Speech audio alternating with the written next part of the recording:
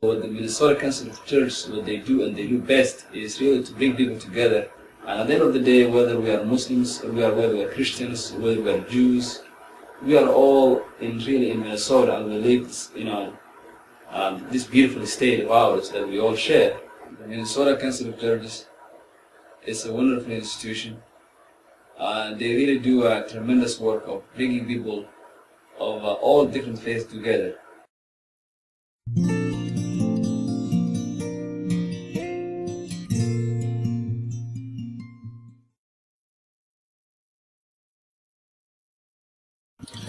My name is Emeritus King Jr. and I'm a senior student at the University of Minnesota right now. The Minnesota Council of Churches helped, me sort of easily adjust in my new home. I wouldn't have known how to go about doing all these things, how to even get in the bus, how to put my resume together, because it would have been different from what I got used to doing in Africa. That helped me to go and get a job. My first job with Target. The Speakers Bureau is, what should I say, a public awareness arm of the Minnesota Council of Churches, if I should call it that way, because it helps educate the community about who refugees are. What I usually tell them is, especially when I speak to community leaders or social workers or church leaders, I tell them that for me, I am who I am in the U.S. now, primarily because of what Minnesota Council of Churches initially did with me.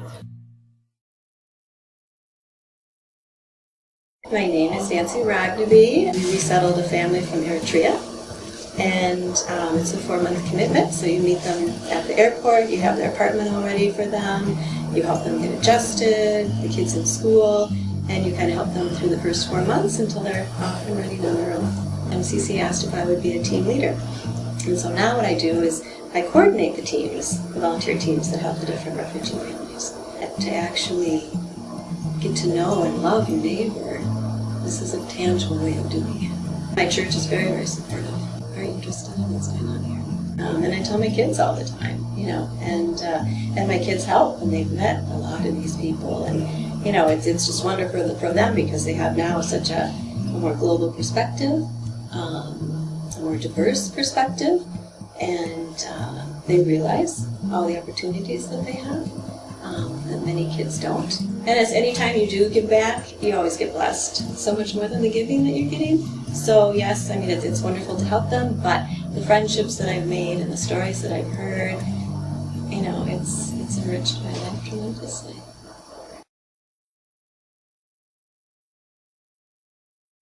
My name is Sadiq Warfa. I'm one of the community leaders in Somali Americans.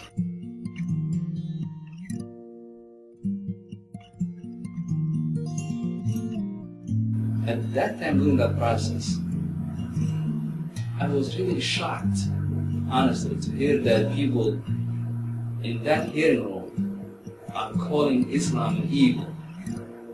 And I said, what can we do, to really fight this misperception? The Minnesota Council of Churches, what they're trying to do is that bringing people in the local mosques and the community who resided in the area to come together to get to know one another. And it was a huge turnout. Almost, I would say, close to 200 people showed up. And mostly were the people in St. Anthony, the people that we needed to connect, the people that we needed to hear our message of peace and harmony, working together. And it would have been impossible to do it without Minnesota Council of Churches.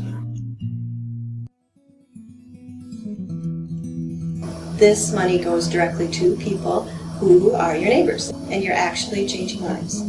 I think there's a need for non-governmental organizations and individuals to be involved a lot in helping the Minnesota Council of Churches continue doing what it is doing, because if it doesn't do it, there are lots and lots of refugees and non-refugees who might not be able to get the help that they need, and who might not be able to rightly integrate in the American society and the new homes that they live in. And hopefully we'll continue to do our work and working with them, hopefully in Minnesota Council of Churches, engaging and making better Minnesota for all of us.